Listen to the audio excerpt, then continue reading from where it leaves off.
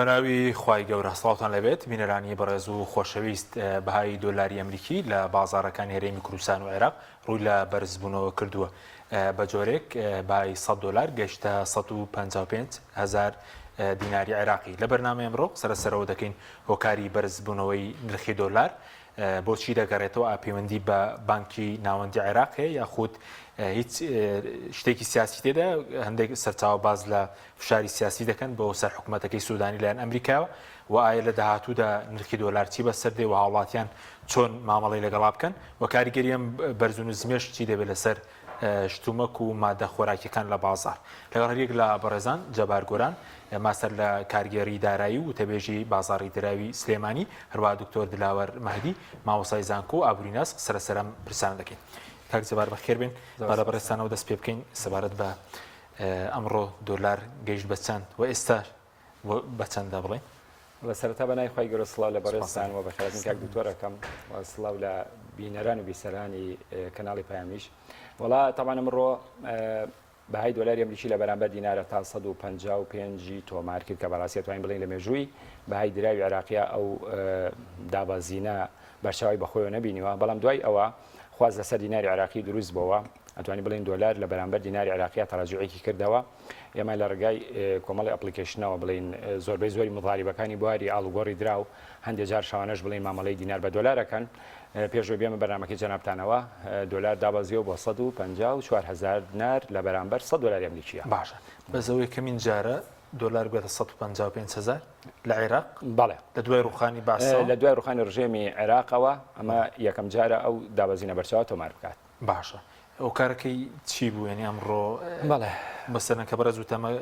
پێشترەمە تۆمار نەکراوە بەیانێکی 153 بوو دوایی بوو بە 155 پێنجووی دوایەوە بەدابازیەوە. بەڵێ خۆی چەند هۆکارێکی سەرەکی ئەگەر تۆ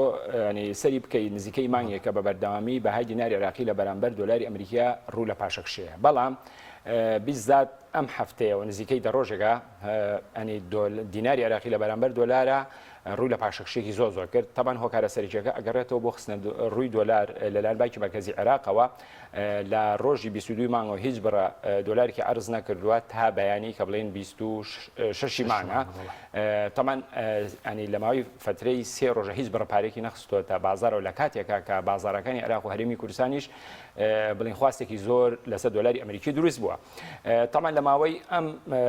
لە 22 مانگەوە تا 29 مانگ تەنها 348 میلیۆن دۆلار ئەفرۆشەیە کە ئەمە بڕێکی زۆر کەمە 220 میلیۆن دۆلاری بۆ بازارەکانی ناوخۆ بۆ تەمویلکردنی بڵین بازارەکانی درا و هینەوە بڵێ سەپۆرت و پاڵپشتی دیناری عێراقی و 128 میلیۆن دۆلاریشی بۆ حواڵات بۆ بەبەست ئیلتیزاماتی بازرگانی. تەمان قەباری خستنە ڕوە زۆر کەمە بەبەراو لەگەڵ 2-3 مانگی ڕابردووە، ینی لە ڕۆژێکە لە 2 ڕۆژە ئەو بڕەپارەی عەرزە کرد بۆ پێشی چەند دەخرا بازارەوە؟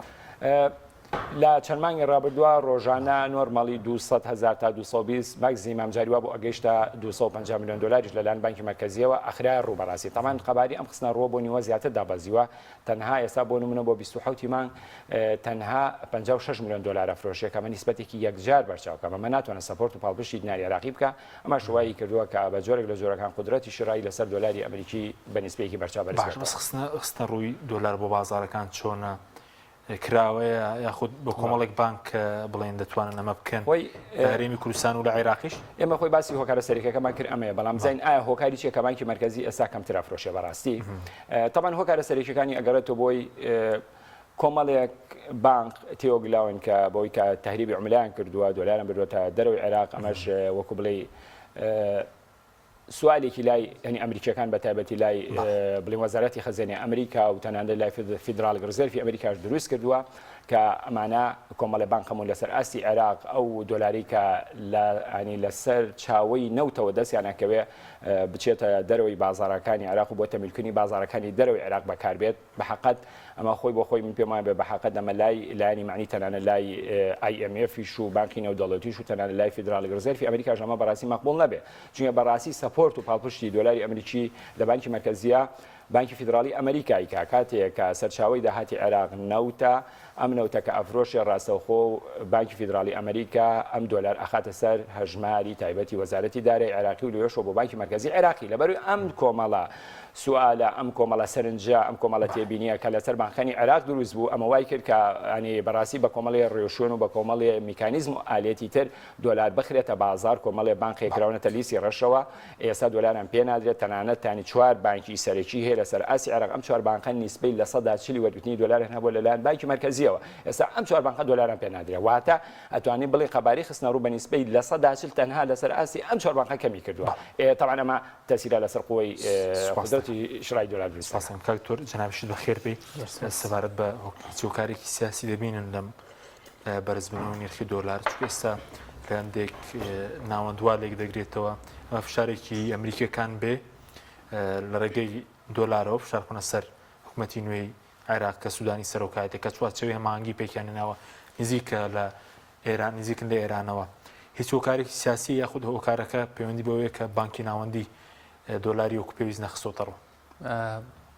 بەڕای من نەخێر هیچ هۆکارێکی سیاسی ینی بەو شێوە بە شێوەیەکی زاقیان مباشر نابینم کە لە پشت حاڵەتەوە بێکە دروست بوو وەرەکو کاک گۆران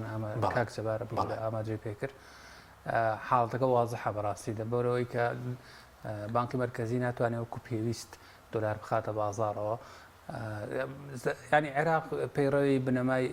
دراوی جێگیر ئەکات ئێمە ئەزانین ینی دراوی جێگیر ئەوەیە کە تۆ بەهای دراوی وڵاتەکە لە بەرامبەر دۆلارە تۆ بە جێگیری ئەهێڵیتەوە ینی ئێمە ئەگادارین وڵاتانی خلیج بۆرمونە سعودیە ئیمارات 40 ساڵە لە یەک سعرایە ئەمە بەڵێ ینی ئەکرێت بەو شێوەیە بێت ئەکرێت فلکسیبل بێت مەسەلا مەجاری مرونەی هەبێت بەرز و نزمی هەبێت وەکو تورکیا بۆ نمونە بە جێرەی خواست و خستنە ڕوو دیاری بکرێت عێراق دەسەرەتایە ئەم سیستەمە پەیڕەوە کات ئەمەش بە شێوەیە پەیڕەوە کرێت بەڕاستی بەوەی کە بانکی مرکزی یەدەگێکی تەواوی هەبێت هەر کاتێک خواست لەسەر دۆلار دروست بوو لە حەدی خۆی زیاتر ئەبێ ئەم لەم یەدەگە بەکار بهێنن ئەوەنە بخەنە ڕوو کە نرخی دۆلار بەرز نەبێتەوە یعنی کە نرخی دۆلار بەرز بووە مانای وایە بەهای وڵات دراوەکەی ئێوە داوازە دینار داوازە وە بە پێچەوانشەوە کە هەر کاتێک کە دۆلار داوەزی دینار بەرز بووە ئەمان نایەڵن بانکی مرکزی خۆی دێتە بازار دۆلارێکی زۆر ئەکرێت خواست لەسەر دۆلار زیاد ئەکاتەوە بۆی بەرز بێتەوە بۆ ئاستەی کە قەراری لەسەر دراوە ئەو ئاستەش خۆمانە زانین کە لێرە بۆ 1 دلار 1460 دینارەوە بەو شێوەیە قەراری لەسەر دراوە بەزم حاڵەتێکی ناسە ئێستا لە بانکی ناوەندی بە 146,000 دەیفرۆشێ دەبچێتە 155 154 حاڵەتێکی زۆر نائاسایە بەستەکەی من لەوە بوو بەڕاستی ئەوەی کە کاک جەبار ئاماژەی پێکرد ببوورە ئەو بانقانە کە ئێستا ناتوانن بیکڕن و بانکی مرکزیش ناتوانێت وەکو پێویست بیخاتە بازار کە ئەو سعرە لەو ئاستەیە ڕاگرێت کە تارگێتی بانکی مرکزی عێراق خۆیەتی مەسەلەکە تەنها ئەوەیە و بەڕای من ینی بەردەوام نابێت چونکە بانکی مرکزی لە توانایە هەیە کە دەواازە ئیش کە بدۆزێتەوە دیسان ئەو سعرە بخاتەوە سەر تارگێتەکەی خۆی بینیشمان کە دابەزی دۆلار هاتە سەر 142 ئەوانە لەو کاتە هەر سوپە من مقابلەیەکی کەمە بوو پرسیاران لێکردن وتم ئەمە کاتی و ئیلا ئەبێ بچێتەوە شوێنەکەی خۆی حاڵەت ئاسایەکە چەندە بۆ نمونە حاڵەت ئاسایەکە بڵێن ئەگەر بە 100 دلاری حسابی بکەین 146,000 لە بانکی مرکزیەوە دەرەچێت ئەو بانقانەی ترکە ئەو دەسانی دەستی یەکەم کە ئیکردن و بە دەستی دووەم کە ئێتە بازارەوە بە گوێرەی خواست و خستنە ڕووی ئەو ڕۆژگارانە ئەکرێت لە بینی 147 تا 148 لەو سێرانە یاری بکات نەک زیاتر ئەگەر لە دانێکی کەش هەبێت کاتیە و دیسان ئەگەڕێتەوە سەر ئەو ئاستەی خۆی ئەمە سیاسەتی نەختینەیی وڵاتی عێراقیان باز ئێستا بەهای دیناری عێراقی لەسەو تمەنی ئێرانی بۆنەوە بەرزە ئەمە بۆ دراوی سعودی و ئیماراتی وانش هەروایانی بەهای دیناری عێراقی ئێستا بەرزە لە چاو وڵاتانی دەوروبەر یاخود چۆنە بڵێن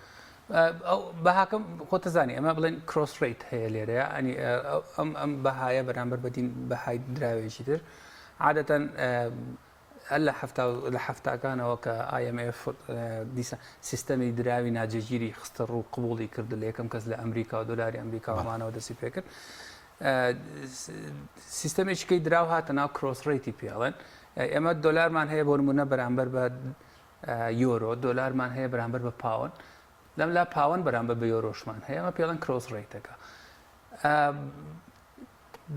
ریالی سعودی و درهەمی ئیماراتی و دیناری کویتی و ئەم وڵاتانە هەمووی ڕێیتەکەیان تەواو جێگیرە لەگەڵ دۆلارە ئەو کاتە ئێمە بزانین بۆ نمونە ئێمە کاتێکە ئەمانوێت دینارێکی کویتی بکڕین ئێمە لە سەرەتایە ئەبێ بە دۆلار پارەکەمانەکەین بە دۆلار اینجا دینارێک کویتەکەی پێکڕین یعنی ئا بە مەرحەلەیەش کە ئەڕوات کەواتە ئەگە دۆلار بەرامبەر بە دینار بەرز بوو بەرامبەر بە دیناری کویتیش بەرزە بێت ینی عینەشت ئەوکو ئۆڕێدی ینی هەر تۆ خۆت ئەگات لە خۆت نییە بەهای ریاڵ و دیناری کویتیش بەرامبەر بە دیناری عێراقی بەرز بۆتەوە سوپاس دەکەم کاک جەبار سەبارەت بە ئەمڕۆ بڵین خەڵکێکی زۆر هاتوو بۆ بازارە خۆ چۆن و دۆخی بازار زۆرێک لە شڵەجان هەبوو لەو بەرز و نزمی یاخود هاوڵاتی چۆن مامەڵی لەگەڵ ڕەنگە خەڵکێک بڕپارێکی کەمی دۆلار هەبێ لە ماڵەوە چی لێ بکە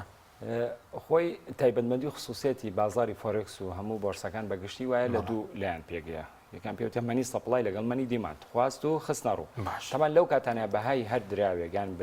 بەهای بۆ نمونە نەوت زێر مێتاڵ هەر شتێکە ناجێگیری بەخۆی ئەبینێ لەو کاتانە شڵەژان لە بازارەکانە دروستە بێ ینی دوو تەرەف دروستە بێ لایەنێکیان تەوەقوعاتیان وایە کە بەڕاستی بۆ نمونە لە سەراسی دۆلار بۆچین وایە دۆلاری لە نرخێکی کەما کڕی وایە ئێستا کە گەیشتۆتە 155 ئەیفرۆشێ و لایەنێکی تریش تەوەقوعاتیان وایە کە بەڕاستی ئەشێ بەهای دۆلار لەوە زیاتر بەرز بێتەوە تەمان ئەمە پەیوەندی بە ئەکسپێکتیشن و تەوەقوعاتی خەڵکەوە هەیە بە حەقەت بەڵام بە گشتی ئەگەر سەریکە لەم کاتانەیە کە بەهای دۆلار لە بەرامبەر دینارە ناجێگیرە بێ شڵەژانێکی زۆر لە ناو بازارەکانی هەم هەرێمی کوردستان و هەم عێراقیش دروستە بێ بەڕاستی بەڵێ کێ زیاتر زیان دەکا ئەوانەی کە لەو شڵەژانە بەنێوانەی کە زۆر زانیاریان نییە دەربارەی درا و ئەوانە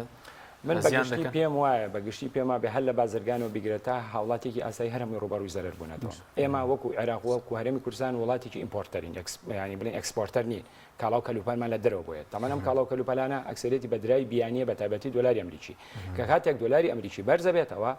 ئەمە ئاسی گشتی نرخەکان و نیسبەی هەڵاوسان و ئەمانە بەرزەکاتەوە و ئەو بازرگانانیشی کە بڵین کاڵاو کەلوپەلیانە ناوە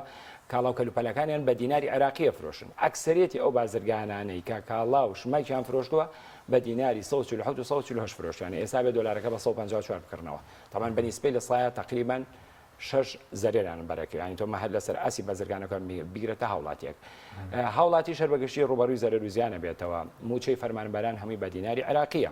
کاتێکە وەختی خۆی دۆلار لە بەرامبەر 120,000 و 122,000 بوو ئەو کاتە بەهای 1 ملیۆن دینار موچەی هاوڵاتیەک نزیکەی 850 دۆلارێک کرد ئێستا هەر بەهای ئەو ملیۆنە دینارە ئەگە بە 146 حسابیکە 663 دۆلارەکە بەڵام ئێستا 154 ینی نزیکەی دابەزیەوە بۆ تقریبا 620 دۆلار واتە هەر هاوڵاتیەک ئێستا ئەگەر بەهای دراوی ئێستا لە بەرامبەر درای محلی عێراقی حسابیکەی هەموو هاوڵاتیەک نیسبەی زەرەری لە 125 بەرەکەوێت واتە هیچ هاوڵاتیەک نیە لەسەر ئاسی عێراق بەهۆی بەرزبوونەوەی بەهای دۆلار ڕوبەڕووی زەرەر و زیان نەبوو بێتەوە بەحەقە لەبەرەوە بەگشتی هەموو لایەنێک زەرەرمەندە من ماعەدا ئەو مزاریبانی بواری ئاڵوگۆڕی دراو نەبێت ئەوانەی کە بڵێن ئەزمون و شارەزایەکیان هەیە لە بوارەیە تەوقعاتیان وا بە دۆلار بەرز بێتەوە کە دینارەکان لە بەردەسا بوو بێکردبێتیان بە دۆلار و ئێستا دۆلار بەرز بێتەوە ئەجینا بەگشتی لەسەر ئاسی هاوڵاتیان لە بەسڕەوە بگرێت تازاخۆ هیچ فەردێک نیە لەسەر ئاسی عێراق ڕوبەڕووی زەرەر و زیان نەبوو باش بە ساوڵاتی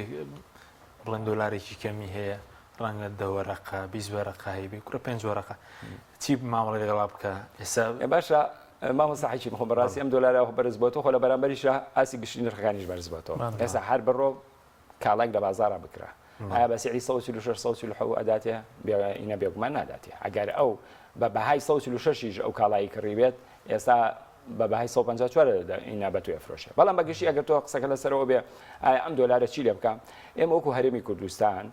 ئەکسەرێتی مامەڵەکانمان بە دۆلاری ئەمریکیە ینی ئەتوانم بڵێم لە 190 مامەڵەکان لە هەرێمی کوردستانە بە دۆلاری ئەمریکیە هەر لەو قاتێک ئێستا لەبەری من و بەڕێستایە بچۆ لە بازاڕە بیکرێت دە بە دۆلاری ئەمریکی پێدەفرۆشن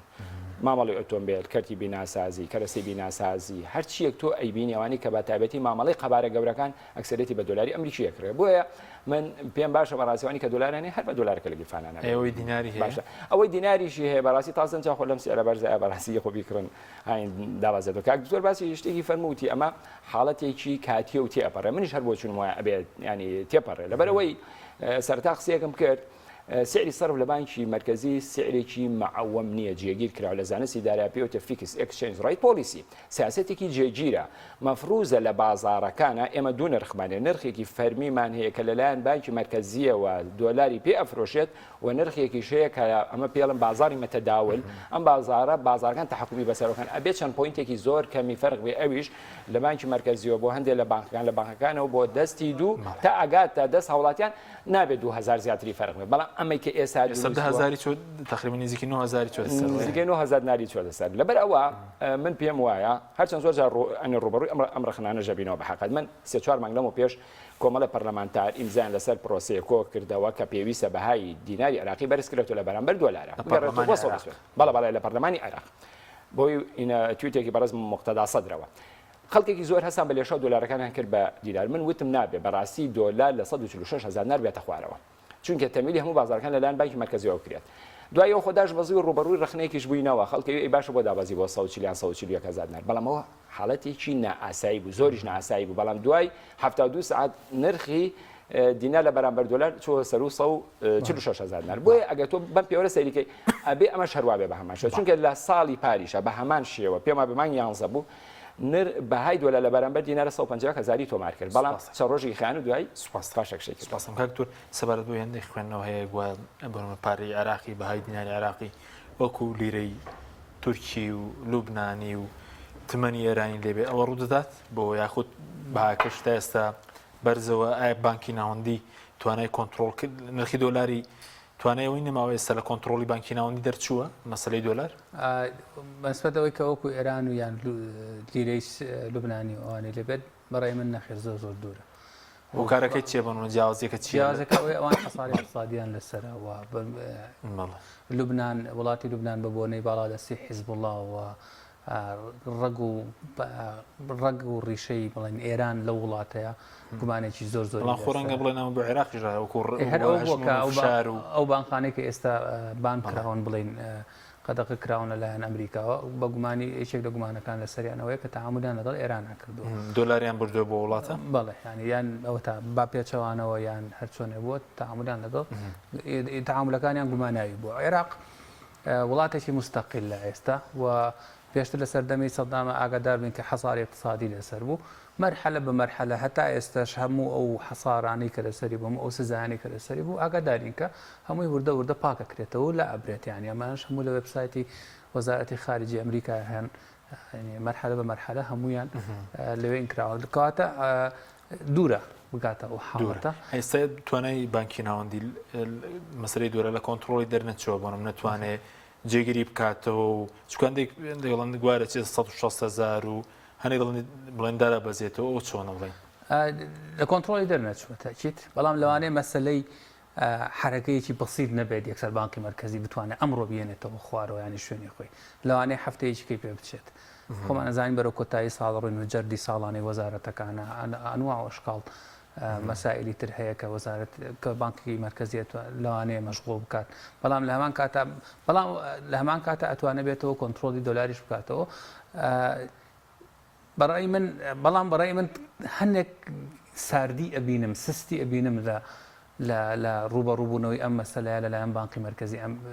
عێراقەوە بەڵام نازان بەڕاستی هۆکارەکەی چییە چونکە حاڵەتێک نییە بەڕاستی لێ بۆسییت و سەیری بکەیت و لەسەر خۆ قەراری لەسەر بین ئەبێ بە شێوەیەکی تۆزێک جددی بیتە ناوە ینی ئەوە لە وڵاتانی کە ئیبینین بۆ نمونە وڵات ئەمریکا یان حتا منطقی یۆرۆ یان بەریتانیا یان یابان ئەم وڵاتە پێشکەوتوانە هەرچەند ئەوان سیستەمی دراوی جێگیریان نییە فلکسیبڵە ینی جوڵاوە ئەو پەیڕەوەکەن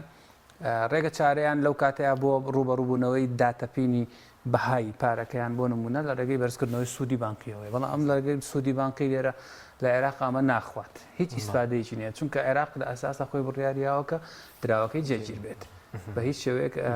نەبێت بەڵام ئەفونکە بۆ مەسەلەی ئەوەی کە ئێستا لە بازارە یعنی حەزم کرد ملاحەزەیەش وەکوینێکی زانستی لە زانستی behavioral finance یعنی سلوکی مالی چۆنڵی هەسەن تەرجمەکردنەکەی زۆر معنە نەبەخشێ بەڵام لە ئینگلیزیەکەی بەو شێوەیە بە چەند شێوەیە لێک ئەدرێتەوە بەڕاستیمان پێڵن هەردین behavioری پێڵن خەڵکەکە هەمووی ڕائەکا پەلاماری دۆلارەیە کە وای لێت هەر لەخۆ ئەو یەکەی پەلامارە ینی ئەم شتا بە شێوەیەکی زانستی و چەندین توێژینەوە ئیسپات کراوە تەنانەت لە بازاری دارایی ئەمریکا بازارە گەورەکانی پشک و شتەکانی کەش بەڕاستی هەم لە بازاری ئەوە لە بازاری کریپتۆشە ئەومان بینی کە چی بەسەر هاتەوە ببێت چاوانەشەوە کاتی فرۆشتنیەت هەردیتان خەڵک کوێرانە ئەچێت شوێنێکەوێت و ئەفرۆشێت ئەترسێ سببێکی کە هەیە هەر کات ئەمە خۆمان ئەزانین عێراق دائما پڕێکی لە مفاجعات یعنی لە ڕووی سیاسیەوە یعنی لە هەفتەیەکە ئەکرێت هەرچی ڕوویاوە پێچەوانە بێتەوە بە شێوەیەکی کە بڕۆ لە کاتی بوونی هەر مەترسیەکی سیاسیە وە بەرهێنە گەورەکان و خەڵکان بەعام ئەو پارەی کە بەدەستیانەوە یەکەن بە عملەیەکی ساڵ کە لە وڵاتەکە ئەمە لەسەر ئاستی گەورە و نێودەوڵەتی وڵات بۆ بەرهێنە گەورەکان عیملاقەکان کە ئاکسسیان هەیە بۆ بازاردارایەکانی ئەمریکا و بۆ یابان و بۆ سنگافورە و بۆ شوێ یەکسەریان پارەکانیانەکەن بە ئاڵتون چونکە بە سیف هاون ناسراوە عادەتەن ئەم بە توێژنەوەی زانستیش بدە هەزار نوع ئیسفات کراوە ئەم مەسەلەیە بەڵام لە عێراقیشا ئێمە چیمان بەدەستەوەی تەنهاوی کە مەترسیەوەیە کە شتێ ڕووبا کە شتێ ڕووبا خەڵک لێکدانەوەگە یەکسەر بە چیەکات کە دراوەکە بەهاکەی لە دەسەیە دراوەکە بەهاکەی لە دەسەیە یەکسەر تۆ پەلاماری چی دۆلارەیە ینی ئەم خەڵکە بە معلوماتێکی زۆر بەزی خەڵک چۆن مامەڵەکەمادەم باسیەوە تویسە باشترین ڕێگە چارە چۆن خەڵکێک کە بڕێکی کەمی دۆلاری شێ بێت چۆن مامەڵی لەگەڵا بکە بەڕێی من ینی پێش هەموو شتێک وەکو وتمان عێراق پڕە لە مفاجعە یعنی ئەمە زمانی ئەوە ناکرد هەفتەی داهات و یان دوای یەکی یەک کە داوامی وەزارەت کرایە مفاجعەیە دەرچێت نەزانین ئایا دراوە چی لێ بەڕاستی ئەوە زمانی ئەوە ناکەم بەدات عادەتەن لە حاڵەتی ڕوودانی لەم ئەم وەزعی کە ئێستا لە عێراقا هەیە بەڕێی من ئەوەیە کە ئەگەر ئینسان مەسلحەتێکی نییە یان ئەیشێکی عەجەلەی بەم دۆلارە نییە نەیکڕێت و نەیفرۆشێت ئەوەی کە هەیەی دەستی پێوە بگرێت 2 هەفتە 3 هەفتە تا ئەوەنە بەرچاوی ڕوو نەبێتەوە بەڵام دوایی بۆ نمونە ئەگەر 458 ئەو کاتە مەجبوری بکڕیت ئەو دیارێتی مەجبوری تۆ ئینسان ئەو زەرەرەی هەر بەرەکەوێت بەس پێشبینی خۆت وایە لە چەند جێگیر بێتەوە دەچێت بۆ 160,000 بەڕێی من ینی وەکوتم مفاجعەکانی عێراقی لێ دەرکەی ئەگەر بژڕوات هەرێتەوە خوار 150 لە دەوری 48 تا جێگیرە بێت پێ دەچێت تاوەکو پێت دێتەوە ئەو کاتە وەڵای وەکو کاتی دەوێت بڕواناگەم کاتێکی زۆری بێت چکۆکو کاک جەباریش ئاماژەی پێکرد هەموو عێراق زەرمەندە لەم حاڵەتە و بەڕاستی سوودانیش بەونێ لە دوورەوە متابعەم هەوو بێت لەوە تیاتۆ سەر حکم کۆمەڵی هەنگاوی چاکسازی زۆر بە قووەتی ناوە ینی بڕوا ناکەم بهێڵێت ئەم خەلە بەسەریا تێبپەڕێت باش کاک جەبار تۆ هیچ کۆمنتێک لەسەرەوە بوو کەمە فشارێکی سیاسی بێ لەن ئەمریکیەکانەوە ئێستا فشارەیە لەسەر بانکی ناوەندی فشارەکە تەناوەندەیە کە دۆلارەکە نەبرێتە دەرەوە و سپینەکە تو یاخود فشارەکە گۆڕا بۆ فشارێکی سیاسی وەکو کارتێک دژی سوودانی بەکاردێنرێ یاخود چۆنە بڵێن ئەم خوێندنەوەیشی لێکرێ بەڵام ئەوەی کە من ئەیبێنم زیاتر فشاری ئەمریکیەکان لەسەر سیاسەتی خستنە ڕووی دۆلارە لەلایەن بانکی مرکزیەوە وەکو سەرتا قسم لەسەر کرد کۆمەڵێ بانکان ینی متهمن بەوەی کە تهریبی عملایان کرد و دۆلار ئەمرۆتە دەرەوە بەڕاستی سەرمێنراوامە تەمانەوە تا لە ڕاگەاندنەکانە باسەکە تەنانەت 4 بانکی گەورە هەبووە لە عێراق ئەم 4 بانکە بەنسبەی لە 140 دلار لە بانکی مرکزی عێراقی وەرگری ئێستا خۆ دۆلاران پێ نادرێت ڕۆژانە لە 140 دلارەکان لە 140 دلارەکان لەلایەن ئەم 4 بانکەوە تەنها 4 بانکانی کۆمەڵە بانکی تریشن بەڕاستی کراونەتە بلاک لیستە و ئێستا بڵێن تێبینیان لەسرە بۆ خستنە ڕووی دۆلار و کە دۆلار برابێتە دەرەوە بۆ تەملکردنی بازارەکانی دەرەوەی عێراق بەکار هات بە حقیقت خۆی زیاتر هۆکارە سەرێکیەکە ئەمە بووە کە بانکی مرکزی نەیتوانی وەکو پێویست لە ماوەیە وەکو فشارێک نبینی فشارێکی سیاسی بۆ لێدان لە کابینە تازەکە ئەشی ئەمەش ئەم خوێنەوەشی بۆ بکرێت بەڵام تۆ ئەگەر لە ڕووی زانستی ینی وەک بڵێ داراییەوە سەریکەی ئەبێ ئامانج لەمەدا چی بێگەر بە های دۆلاری بەزیانی ئەمریکەکان چیە بۆ نمونەگە دۆلار سپی بکرێتەوە بچێتە وڵاتێکی ترەوە بۆچی ئەوان ینی ئەوەندە کۆت و دەیانەوێت دۆلار ینی لەژێر کۆنتترۆلی خۆیاندا بێت کۆت و بەندکردنی بۆی نێت چێت هەندێک وڵات بوون وڵاتێکی وەکو ئێران بەڵێ ئێران وڵاتێکە کە تەحریمی لەسەر هەر لە ساڵی 79ەوە تا ئەمڕۆ بە بەردەوامی ئابلوقی ئەوری لەسەر لە 2015 بە دواوە لە سەردەمی کابینەکەی دۆناڵد ترامپەوە ینی سزایەکی توندی ئابووری کراوەتە سەر ینی تەنانەت لە سەردەمی کۆرۆنا ڤایرۆسە هەموو منفەسەکان بەڕووی ئێرانە داخرا باشە جا ئێران ئەمریکا ببورن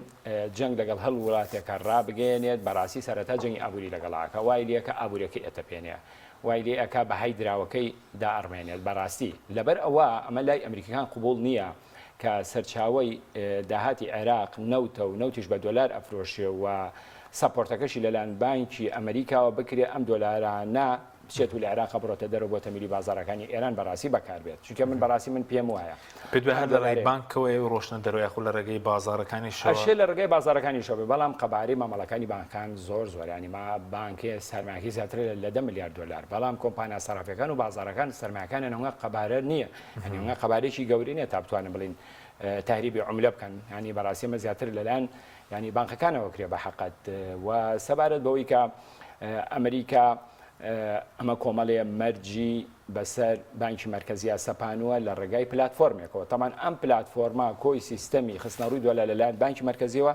ئەکاتە سیستەمێکی ئەلکترۆنی ئەو کاتە ئەبێ بانکی مرکزی و تەنانەت فیدراڵی ڕزەرفی ئەمریکاش چاودێری ئەو بانکانە بکات چۆن دۆلار وەرەگرن و چۆن ئەیفرۆشن دیارە هۆکارە سەرێکەکەش هەر ئەوە بووە کە ینی کۆمەڵێ هۆکارگەل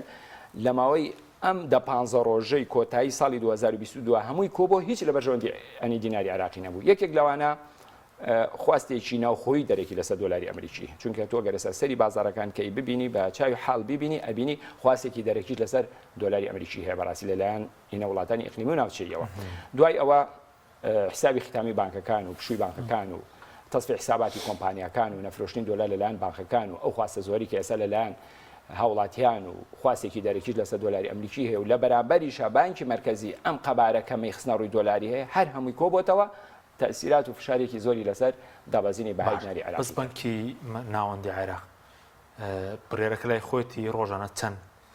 دەخاتە بازارەوە هیچ پەیوەندێکی بە ئەمریکیەکانەوە نییە بڵین دۆلارەکە خۆی ئەگەرمە خوێنەوەیکی زانستی بۆ بکەی بەڕاستی سیاسەتی نەختینە خۆی دوو سیاستمانەیە یەکان پێوترێ فیزیکەلی پۆلیسی یەکان پێوترێ مانیتەری پۆلیسی فیزیکەلی پۆلیسی واتە سیاسەتی مالی پەیوەستە بە وەزارەتی دارایی و ئەوە مانیتەری پۆلیسی سیاسەتی نەختینە پەیوەستە بە بانکی مرکزی ئێمە ئەگە هەر لە ڕووی دەستورەوە سەریکەین ئەنی لە مادەی 103 بەرگە یەکم لە دەستوری عێراق باسی دەسەڵاتی حەسری بانکی مرکزی خۆی ئەکا و دیوانی چاودێری داراییش بە هەمان شێوە واتە سیاسەتی نەختینە مختصە بە بانکی مرکزی نابێ هیچ لایەنێک معدنی تەداخلی تیا بکات بەڵام عێراق بە حکمی ئەوەی کە سەرەتا ئاماژەم پێەیە سەرەکیتنی سەرچاوی داهاتی نەوتە و نەوتیش ئەفرۆشیە و سەپۆرتی ئەم دۆلارش لەلایەن بانکی فیدراڵی ئەمریکا لەیان بۆ ئەمریکەکانەوە چەند بخرێتە بازارەوە و بانکی ناوەندی عێراق نەخەتە بازارەوە من پێم وانە ئەمریکا ئامانجیەوە بێت با دیناری عێراقی لە بەرامبەر دۆلارە دابەزێنێت بەڵام ئامانجی ئەوەیە کە بەڕاستی ڕێگا نەدا ئەو دۆلارە بچێتە دەرەوەی عێراق کەواتە ئێستا بەشێک لە بەرزبوونەوەی پەیوەندی بە ملوبەلانی ئێران و ئەمریکاوە هەیە ئەمەش هۆکارێکە تۆ ئەگەر سەری ناوەندەکان کە ئێستا ئەبینی بەڕاستی یەکێک لە فشارەکان کە کراوەتە سەر بانکی مرکزی و ئەو بانکانی کە ئێستا کراونەتە بلاک لیستەوە ئەوەیە کە نابێ ئە دۆلاری لە سەرچاوی داهاتی نەوتەوە دەست ئەکەوێت ئەنی بڕاتە دەرەوەی ینی سەرچاوی دارایی دۆلاری عێراق لە ئەمریکایان دەتوانن بۆ نمونە بلۆکی بکەن دەستی بەسەر رابگرن نازانم باز دەواکرێنەوە زیاتر لە 6 میلیارد دلار یەدەگی بانکی ناوەندی هەیە بڵێن عملەی صعبە هەیە کە دۆلار و 134 بەڵام ئایا هەرهەمی لە بانکی مرکزیە چون خۆ تۆ ئەم نەوتا فرۆشی آخر تۆ سەریکە ئێمە شتێکمان هەیە لە تیجاری نێودەوڵەتیە لە دوای ساڵی 1972 دامەزرانی سیوفت دواتە ئەو نێتوارکەی بەڵێ ئیبانەمبەر و لەگەڵ سیوفتە ئەنی بەستنەوەی تۆڕی بانکەکان بەیەکەوە بۆ نمونە لە سەردەمەکانی کۆنا لە تیجاری نێودەوڵەتی ئەگەر تۆ کاڵایەکی لە وڵاتێکی وەکو چین بهێنایە نردنەوەی پارەکە یانە بە ئاڵتون بۆیە قەبارەی ئەم نردنە زۆر قورس بوو و هۆکڵی مەترسی ڕیسکی زۆر هەبوو دوای ئەوە دامەزاندی ئەم سیفتەوەی کرد تۆڕێکی بانکی لە نێوان هەر وڵاتەکانە دروستکە تۆ بۆ من ئەگەتەوەی لەگەڵ دوورترین وڵاتە تعامل بکەی بۆ ئەفریقای جنوبی ئاهین ئەفریقای جنوبی چۆن پارەی بوانێریتەوە لە ڕێگەی ئەو سیفتەوە کە ڕەبتە دەکاتەوە بە بانکە نێودەوڵەتیەکانەوە لێ پارەکەی بۆ ئەنێرێتەوە لەبەرەوەی عێراقیش ئەم ڕەبتەی هەیە بەسراوەتەوە بە سیفتەوە هەرچەند ناتوانین وەکو پێویست دۆلار تەحویلی دەرەوە بکە هینا لەبەروی ئەم بەستنەی سیفت بە ئەنی بانکانی دەرەبشە سپاسمان تو ناوبڕێکمان هەیە دێمە خزمەتان بەڵێ بینەرانی بەڕێز ناوبڕێک و دەینە وڵاتان لەگەڵمان بمێنمان تۆپ ئارت تاکە بریکاری تۆڕی میدیایی کۆمەڵ بۆ بەرهەمهێنان و بڵاوکردنەوەی ڕێکلام. یەکێک لە خواردنەکانی سفرەی کوردی بریانیە. خواردنێکی بەناوبانگ و بەچێژ جۆری زۆرە و خۆی بەتەنها بێ یا بەتەنهاش نەبێ زۆر خۆشە. بریانی خۆشتر ئەبێت ئەگەر برنجەکەی برنجی مەحموود بێ. برنجی مەحموود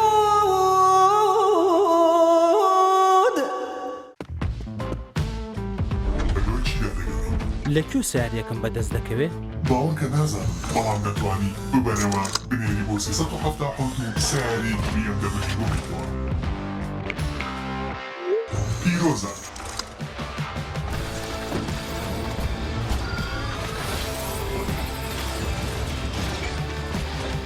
لەگەڵ کۆڕاک تۆ ملیۆنێریت.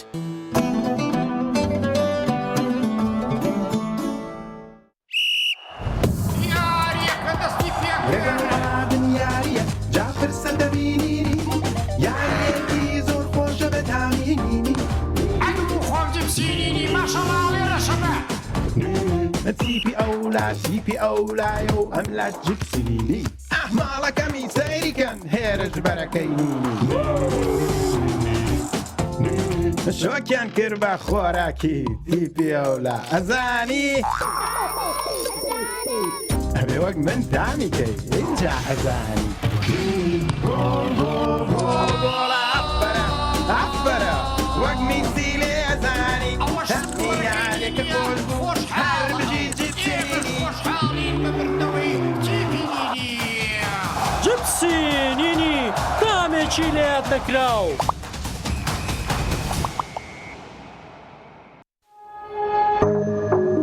تۆپ ئارت تاکە بریکاری تۆڕی میدیایی کۆمەڵ بۆ بەرهەمهێنان و بڵاوکردنەوەی ڕێکلام.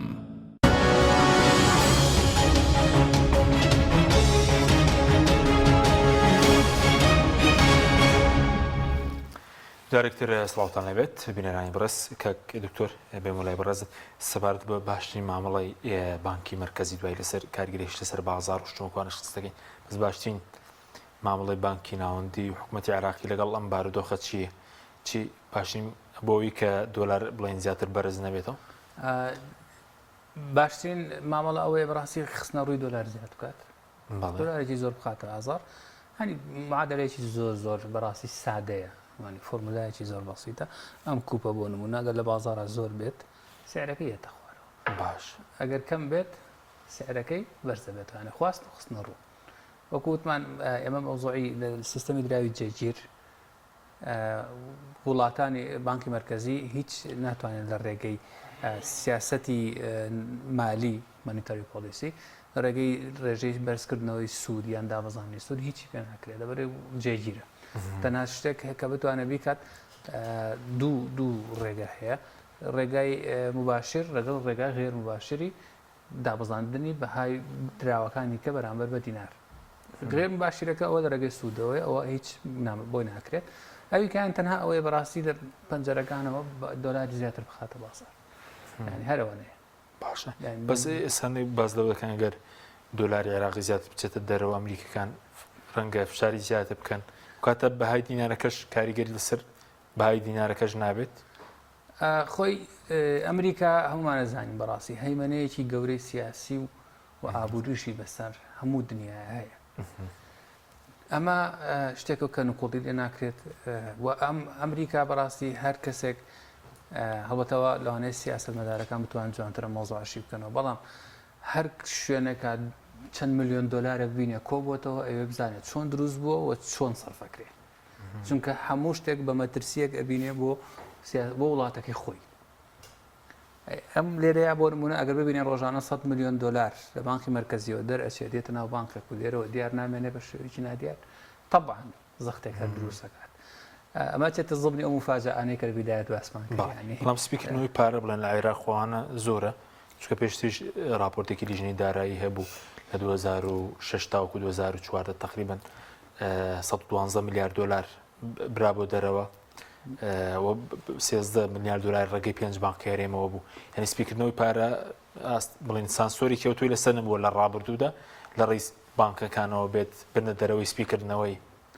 خۆی سپیکردنەوەی پارە لە ڕێگەی ڕۆناکەم لە ڕێگەی بانکەکانەوە بکرێت شتێکەوەی بە غێر شەرعی ئەم پارانە ئەچێتە بانکێکی شەر لەو ماوەی داخرا ئەکرێت بە فاتوری تەزویری بانکی لەغەیەکی لە مەرزەکانەوە بە پاساوی شتکردین لە دەرەوە کە لە پۆلۆوانە دوای خرا دۆلاری وەرگرتووە بەڵێ هەموو پێم وایە ئەوانەی کە هەموو بانکانی کە دۆلار وەرەگرن پێم وایە هەمویان بە مبەڕیرێک ئەو دۆلارە وەرەگرن یعنی کۆمەڵێ فاتوریان لەوانە بەردەستا بێت کە بڵێن ئێمە بۆ ئەم تەعاملانە پێویستە ئەمە هەر لە ئێرانیشا هەبووە ئێران خۆشی ئێستش ئەوەی من ئاگادارم ینی کاتی خوێندنەکەمە چەند هاوڕێکی ئێرانیم هەبوو کاتێک کە ئەڕۆشتنەوە بۆ ئێران و سەفەریانەکرا هاتنەوە بۆ وڵاتە ئەڕۆشتنە بانک بە ڕێگەی پاسپۆرتەکەیان و بلیتەکەی کە کڕیویانە بە سعرێکی زۆر کەم دۆلاریان وەرەگرت بەشی پێویستی سەفەرەکەیان ئەمە بانکی مرکزی ئەم پارەی خستەوە ئێستاش بانکی مرکزی عێراق ئەو پەنجەرەی کردوێتەوە بۆ ئەوانەی کە سەفەرەکەن بۆ ئەوانەی کە بۆ نەخۆشی ئەچنە دەرەوە بۆ ئەوانەی کە عەمرەکەن حەجەکەن هەر بە 146,000 بە 145 ئەستەندای بەزانوانی یەکێک لە هەنگاوەکانی ئەو بوو لە 146 بخۆی بۆ ئەوانی کرد بە 145 و نیو 145 و نیو بۆ ئەوانی کرد بەوە وەکو هەنگاوێک لە بەرامبەر ڕاستکردنەوەی وهێنا باڵانسکردنەوەی بەهای دۆلار بەرامبەر بە دینار لەبەرەوە ئەکرێت دەستی ئەمریکیەکان هەبێ بەس ئەمریکا بەڕاستی پێویستی بەوە نییە ئەنی بەو شێوەیە تەداخل بکات پێم وایە ینی کارتی زۆر گەورەتر و کاریگەرتری بەدەستەوەیە کە بیکات ئەمە ئابوووریەکە لە ئەمە کاریگەرتر نییە طبعا بەڵام ئابووری ئەمە نابێت بچووکیکەینەوە لە بەهای دینار و دۆلارە ینی بگەڕێتەوە بۆ سەرەتاکانی جەنگی ئۆکرانیا و رووسیا چی ڕوویدا ڕۆبلی رووسی باشە بەهاکی لە دەستیا گەشتە ئاستێکی زۆر ڕیکۆردیشکە لە نزمبوونەوە باش بەڵام ئافرەتێک کە دەوێت لە بانکی مرکزی رووسایە پێچەوانەی کردەوە گەیاندیە ڕیکۆردی بەهێزترین ئاستی ڕوبڵی رووسی لە بەرامبەر ئەمریکا لە بەرامبەر دۆلاری ئەمریکیە و ئێستاش لەو ئاستانایە بەڵام توانی ئابوووریەکە ڕزگار بکات نەخێر لە چەند دەرگای ترەوە فشار خراوەتە سەر رووسیا ئابووری رووسیا ئەوش بە هەمان شێوە تهدیدەکە خۆمان ڕۆژانەی بیستینەوەی مەبەستەکەی من ئەوەیە بەڕاستی 6,000 دینار کە لە گەڵایەک بەرز بۆتەوە بە بینێکیەوە مۆزعەکەەوە نییە کە ئابووری تر تێکچۆ بەسەریەکە لادانێکی لەوانەیە کاتی بێت بەڵام ئەگەر بنەمایەکی هەبێت وە کۆمەڵێک ئێمە نازانین بەڕاستی بەداخەوە بڕیار بەدەستەکان زۆر بەشیان لە هەمان کاتە بازرگان ینی ئەوان لەوانەیە دلار دەکردن ینی معلوماتیان لە ئێمە زیاتر پێوێت بۆ برزان کۆبوونەوەی داهاتیات چی ڕوایە دەوانێت پێش خەڵک احتیاطی خۆیان بکەن ینی پێش خەڵک دۆلارەکە بکڕنیان بە مەبلەغی زۆر گەورەش بیکڕنەوە احتیاطی خۆیان بکەن بەت عێراق مەبەستنەوە بەڕاستی ئەوانەکە لە عێراق مەسەلەی دۆلار یەک پارچە پەیوەندی بە عێراقەوە هەیە بەڵام بانکی کوردستانیش نی دەکرێتەوە لە کوردستانیش هیچ بەشداریەک نییە بانکی کوردستان بانکی هەرێم ئێستا و بە سعری متەداول دۆلارە فرۆشە کە مەفروض بەویش کە تەمسیلی بانکی مرکزیەکە ئەبوایە بە سعری بانکی مرکزی دۆلاری بفرۆشتە بەڵام بە سعری متەداولی بازارەکان ئایفرۆشە خۆی بە خۆشی ئەمەش سود و قەزەنجێکی زۆری هەیە من هەر بەڕاستی خوێنەوەیەکی تریشمە لە سەرقسانی کار دوتۆر بەڕاستی ئەمە ئەشیە جۆرێک لە یاریەکی ناوچینیش بێ بکرێ بەڕاستی لە بەرژەوەندی کۆمەڵێ بەرپرسی باڵادەست و کۆمەڵە بازرگانی سیاسی کە دۆلار لە نرخێکی کەمە بە سەفقەیەکی گەورە بکردن و لە نرخێکی بەرزا بفرۆشێت نێو حاڵەتە بۆ بوونم ڕۆژێک زۆر دۆلار بخەنە بازار بشکێ لەو کاتەی دوایی خۆیان بیکردنەوە لە نەزمبوونەوەکە چۆن بزەبت لە 3 مانگیان 4 مانگ لەمە پێشوە دۆلار هاتە 140 شتێک تا 140 شتێک بە قەبارەیەکی زۆر لەو نرخەیە دۆلار کڕە باشە بە خەبارێکی زۆر هاتە ناو بازارەکان و دۆلارێکی زۆر کڕن ئەشێمە بەڕاستی جۆرێک بێ لەو یارانەشەوە وەکو کاکتۆر قسێکی جوانی کلەوە پێژانی بەڕاستی عێراق هەمووی مفاجئەیە بەڵام کە ئێمە قساکەین نۆرمالی قسە لەسەرەکەین لەسەر حاڵەتە ئاساییەکەی دۆخی ئابووری و سیاسی عێراق قساکەین بەڵام جارووە مفاجئەیە کە بەڕاستی لە تەوقعات هیچ کەسێک ینی بەڕاستی بەڵام من هەمیشە قساکەم کێسنجەر لە ساڵی هەفتەکانە کە کاتی وەزیری خارجی ئەمریکا بە قسێکی زۆر جوانی هەیە ئەڵێ لا يوجد عدو ثابت وليس هناك صديق ثابت إنما توجد مصالح الأمريكا فنحن هناك أمريكا وڵاتێکی بەرژەوەند خوازە لە هەر شوێنە بەرژەوەندی هەبێ لەوێ لە هەر شوێنە بەرژەوەندی نەمایتە تاڵ ئەمە سیاسەتی ئەمریکایە سیاسەتی ئەمریکا سیاسەتێکی بەرژەوەندخوازی ئابوووریانەیە بەڕاستی لە هەر شوێندێ بزانێ بەرژەوەندی ئابوووریەکانی ئەکەوێتە مەترسیەوە بەڕاستی بۆ هێڵی سوورە ئێستا ڕۆ کەسە کە قسە لە سەرواکرێ ئەیانە پیترۆ دلار بکەن بە پیترۆ یوەن و ئەمانە ئێستا لەم یەک دو ڕۆژە قسە لەسەرەوە کرا کە بەڕاستی بۆ جێگرتنەوەی بەهای دۆلاری ئەمریکی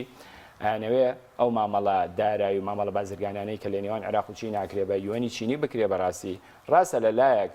عێراق بیکار لەگەڵ چینە بەڵێ لەگەڵ چینە ئەو مامەڵانەیە کرێت کە بە یوەنی چینی بکرێت ڕاستە ئەشێت تا ئەسێگەمە تەسیراتێکی لەسەر بەهای دۆلاری ئەمریکی دروستوە هینە دروستکە یەکەم بەڵام ئەمە خۆی لێکەوتەیەکی باشی نابێت لەسەر ینی ئایندەی هەم ئابووری عێراقیش و هەم لەسەر بەهای ناری عێراقی چونکە بەڕاستی یەکەم یوەنی چینی ئینە ئەنتەرناشنال کەرەنسی نێدراوی نێودوڵەتی نییە تۆ ئەو قەبارەی مامەڵانی کە لە نێوان عێراق و چینە دروستە بێ قەبارەکەی چەنە ئایا تۆ لە کاتێک کە تەنها ئەو نەپێویستە بە یوێنی چینیە کە کاڵاو کەلوپەل لە چێ بکری لە چین بکڕێ ئەگە بتوێت لە وڵاتێکی ئەوروپی بی بکڕێ ئەگە بتوێت لە وڵاتی بکڕی بە دۆلار بێ ئەلۆ کاتایە دۆلار چۆن بەدەزێنی وانە لەبەرەوەمانە بەڕاستی پێویستی بەرخوێنەوە و دیراسەکردنیەکی ئەنی ورد هەیە بەڕاستی من ینی وای ئەبینم ئەبێت سیاسەکانی عێراق ینی بەڕاستی بە چاوکراوەیەکی زیاتر بڕوانە دۆخی عێراق من دوو لایەنەی بینم لە ڕووە سیاسەکەیەوە هەژمونی ئێرانی زۆر زۆر بەسەرەوە لە ڕووە ئابوووریەکەش و ئەمریکا ئەم لایەنە ئابووری ئەمریکا بەڕاستی بۆ ئەمریکا هێڵی سوورە بەڕاستی هەر کاتێ بزانێ ئەمریکا بەرژەوەندەکانی لە ڕووی ئابوووریەوە لە عێراقا ڕوو لە مەترسیە بە ئیتر بەڕاستی عێراق لەوانەیە کۆمەڵێک کارتی زۆر بەخۆ لە بەرامبەر ئین ئەمریکا لە بەرامبەر عێراق بەکاری بێنی ئەگەر لایەتان بێ لە 1-2 ساڵی ڕابردووە قسە لەسەرەوە کرا کۆنتراکتێکی گەورە لە نێوان چین و سەدەمی عادل عەبدولمادی بەڵێ لە سەدەمی عادل عەبدولمادی کۆنتراکتێکی گەورە لە نێوان چین و عێراق بکرێت دوا بەدوای خۆپشاندانێکی زۆر گەورەش دروست بوو کۆتایی بە حکوومەتەکەشی هەڵ ئەنێ بەڕاستی لەبەرەوە ئەمانە ئەنی وەکو بڵێ بۆ ئەنی زیاتر وەکو بڵێ خوێنەوەی زیاتری لەکرێت بەحقەت لە هەموو حاڵەتێکە ئەگەر ئێمە لە حاڵەتی ئاسایی سەری کەین ئەمەی ئەم بەرزبوونەوەی بەهای دۆلاری ئەمریکی یان وا ڕاستە بڵێن دینار لە بەرامبەر دۆلارە دابەزیوە ئەگەر لە حاڵەتێکی ئاساییە سەرێکی حاڵەتێکی نائاساییە ینی لە هەموو حاڵەتێکە ئەبێ دۆلار لە بەرامبەر دینار پاشەکشە بکاتەوە چونکە نرخی فەرمی دینار جێگیرکەوە لە بانکی مرکزی ئەبێ 1-2 نارێکی فەرق بێت بەڵام ئیترەگە مفاجئەیەکیش لە عێراقا دروست ببێت ئەو سەپۆرتی کە لەلایەن ئینە ئەمریکەکانەوە بۆ دۆلار ئەکرێ لەلایەن بانکی مرکزی ئەنی عێراقیەوە ئەگە مفاجئە گۆڕانکاریەکی دروست بێت ئیترەوە خۆی گەورە ڕەحم بە عێراق بکات باشە بەس وەکو خۆت بۆ چون بە کاتی دەبێت یان چۆن وڵات بوورە بەرزبوونەوەکە کاتیە من پێم وایە بەڕاستی ئەگەر تۆ لە حاڵەتێکی ئاساییە سەری بکەیت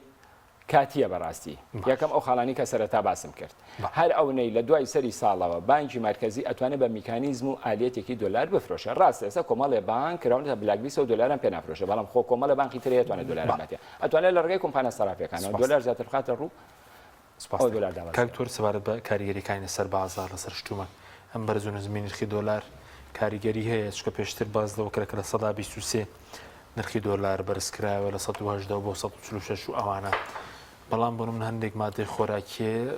ینی بەهاکەی نرخەکەی لە 150 زیادی کردوونە لە 123 ڕەنگە ئێستش کە بەرز بۆتەوە زیاتر نرخەکان بەرز دەبنەوە ئەگە بەردەوام بێت بەڵێ بە تاکید بەرزبنەوە یعنی ئەمە دەوانەیە ئەگەر کۆمەڵێک خەڵک ئێستا ڕوو کاک جەباریشان هەژەبێت ئێمە وڵاتێکی بەکارهێنی یعنی لە 95 و 96 شمەک هەرچی هەیە هەرچیەک ئێستا لەم ستۆدیۆیە هەیە بەڕاستی بەجل و بەرگەکانمانەوە بە ساعاتەکەمانەوە بە مۆبایلەکەەوە بە کوپەکە هەمووی هاور دەکراوە هیچی خۆمان نییە ینی مسەماحەکەمان کامێرەکەمان هەمووی ینی ئەمانە هەموو بە دۆلار هاورداکرێن کوپەکەمان لێرە دەستکرا تەبعەکەی یان کوپەکە خۆی لۆگۆکە تەبعەکەی لێرەکرا لەبەرەوە بەڕاستی تەکید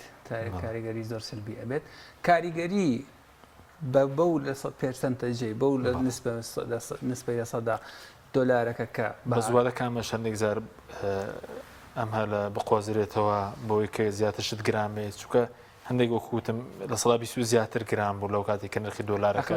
بەرز بووە بەڵێ بە گوێرەی بەرزبوونەوەی بەهای دۆلارەکە لەلایەکێکە هەڵاوسان لەلایەکێکە کە ئەمەیان کوێرانە هیچ حسابیشی لەلایەن بانکی مرکزی عێراقیەوە بۆ نەکراوە کە زۆر واضح هیچ پێشبینی کراوە بەسی سوودێکی هەیە بۆ ئێستا لە 2000 کۆتایی 2020ەوە نرخی دۆلار بڵێن بەهای دیناری عێراقی دابەزێنرا سوودی هەبوو بۆ خەڵک چکەوتیان بۆ بژانەوەی ناوخۆکە پیشەسازی ناوخۆی ئەوانەیە هیچ سوودێکی نەبوو تەنها ئەوە بۆ کاتە حکوومەتەکەی کازمی و کۆمەڵی خەڵک دەو شوێنە وتیان ئێمەوە تا کورتێنانی بوو جەمان چارەسەر کرد یە دەگەکەمان پڕ کرد پڕ کرد ینی مەسەلا ئەی میلەتەکە 42 ملیۆن ئینسان لەم عێراقەیە یعنی باشکرا دەستیان کرد بە جیرفانی خەڵکە ئەگە ملیۆنە دینارە پێ بێتەوە ماگانە ئەم بەهای ئەم ملیۆنیان کردناوەتە سەر نزیکی 600,000 پاکەی زۆر دابەزی ینی نزیکی 600,000 تەسەوڕکە ینی ئەگە بە شێوەیەکی زۆر سادە ئەگەر بڵێن ئەجنا هەڵاوسان هەیە فۆرمولی خۆی هەیە ساتوانانی ڕێکەکە حسابیکەی بزانانی 1 ملیۆن دینار بۆ نمونە لە 2010 مقارنەتەن بە ئێستا چەند دینارەکە ئێستا پێڵن ریڵ ڤالیو بە ئینگلیزیەکەی ینی بەهای حەقیقی ئەو پارەی کە تۆ پێێتە نەک بە دینار ئەوە نە دینار بەهای حەقیقی پەرچەیسین پاوەر توانای کڕینی ئەم پارەی کە ئێستا لە جیرفانمانایە چەنە ئەمە مۆزوعێکە ڕقەمەکەش کە لە جیرفانتایە و کاغەزەکان ئەو مۆزوعێکیکەیە کە ئەوان هەر هیچ حسابێکی نابێ بۆ بکرێت نابێ بۆی بکرێ بەڵام لە عێراقا ئەوە خراە پێش ئیتر میلەت خوا گەورەیە خوایژێنێ بەکو حکوومەت خۆی سوودی لێبین لە کورتێنانی بووجەوانەی پێ ڕاست کردەوە بە سوودی بۆ ئابووری عێراقە بۆ ئێستا بۆ پێشتر بازەکە 48 میلیارد یەدەکی بانکی ناوەندی بوو بێسە گەشتە تۆ 96 وەکو بێزبوونی ئابوووریەکەی هیچ شتێک چکە بازەوەکە گەرەوە نەکرابێ ڕەنگە وەکو لیرەی تورکی و نازانم تمەن وانە لات بێ نەخێر بەعکسەوە ئەو کاتە ئەزانچی ئابووری معنای چی کە بەداخۆ ئێمە لە عێراقا هەر نیمانە ئابووریەک هەر نییە و مەفهومی ئابووری نییە یعنی کاتێک کە کەسێکی مەرجع قەرارەیات بەهای دینار بێنێتە خوارەوە تۆ چی لە ئابووری زانی ئەم حرەکەی کە تۆ پێ ئەەکەیت لێرەیە کۆمەڵێک خەڵکی بردوۆتە ناو پەرلەمان و ئیمزایەک و فەوزایە دروستەکەیت و دینار ببێت تۆ چ زانی ینی تۆ چی لەو بابەتە زانی بەڵام بۆ ئەو باشە فەوزایە لەبەرەوەی 2 ملیۆن کەسی بە شوێنەوەی بۆ نمونە وانە کورسی پێباتەوە لە پەرلەمانە مەوزوعەکە ئەوە نییە ئابووری چی بێت ئابووری بەمانای چیت بە زۆر بە کورتی ئارزی جەناب بکەم کاتەڵی ئابووری ئەو وڵاتە پێشکەوتووە یعنی دانیشتوانی هاوڵاتیانی ئەو وڵاتە تا چەند داهاتیان بەرزە و تا چەند خۆشگوزەرانن ئەومانە کورتەکە ئەمە ئابووریە سپاس کاکتەبەر سەبارەت بە بازاڕەکە جەنابش کۆمنتێک تێبێ سەبارەت بەوەش کە جارێکی تر نرخی دۆلار بنەوە پێشتر باسی 120وانە دەکرێنایەتەوە وڵای پێم وابێ بەڕاستی ئەگەرێکی دوورە پێم وابێت لەم ساڵ و چەند ساڵی ئایندەشە پێمان نییە ئەوە ڕووبات چونکە ئەو کاتێک کە دەست برا بۆ پرسی دەستکاریکردنی بەهای دیناری عێراقی لە بەرامبەر دۆلارە پرۆسەیەکی درێژخەیان بووە ئەو کاتە عێراق قەرز و ئیلتیزاماتێکی زۆری لەسەر بوو عیجزی مالی هەبوو هەمەوای کرد کە عێراق دەست بەرێ بۆ کۆمەڵێ پەرست هەر لەو کاتەیە ئەو کاتە مای پۆمپیۆ کە وەزیری خارجی ئەمریکا بە قسەی لەسەرەوە کرد کە زیاتر لە 9 تریلیۆن دۆلار لە عێراق براوەتە دەرەوە تەهریبی عوملە کراوەم زۆر شتانە بەڵام بۆ ئەو کاتە ناتوانرا خۆ بەشێک لەم پارەیان بهێنایەتەوە ینی ئەتوانی کۆی ئەم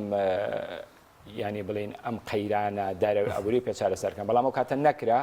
ئەمان پێچارە سەر کرد من ئەمە یەک ئیزافەتەن بۆ قسەی دەکات دکتۆر دابەزینی بایدناری عێراقی لە بەرژەوەندی عێراق بوو باشە لە بەرژەوەندی عێراق بوو وەکو سیستەمی حکومڕانی هینە یەدەگی زیادی کرد بەڵام کۆتاجار هاوڵاتیان زەرەریان لێ کرد ئەم پرۆسەیەش کە وەختی خۆی قسەی لەسەر کراوە پرۆسێکی درێژخانە چونکە کە دکتۆر ئەزانێت گۆڕانکاری لە بەهای دراوی هەر وڵاتەکە لە فترەیەکی زەمەنی کەمە بە قەبارەیەکی زۆر ناجێگیریەکی زۆر خراپ لە بازارە دروستەکە ئەشێ متمانە بە درای محلی کەم کاتەوە چونکە یەکێک لە ئەرکەکانی سنترال بانک لە هەموو وڵاتەکە تڕستە واتە متمانی درای محلی سپاس بۆ بەڕێزان جەبار کوران زۆر دلاوەر مەدی سوپاسیان بەدەبوونتان دەکەم سوپاس بۆ بینەرانی بەڕێز سوپاس بۆ هاوکارانم خواتان لەگەڵ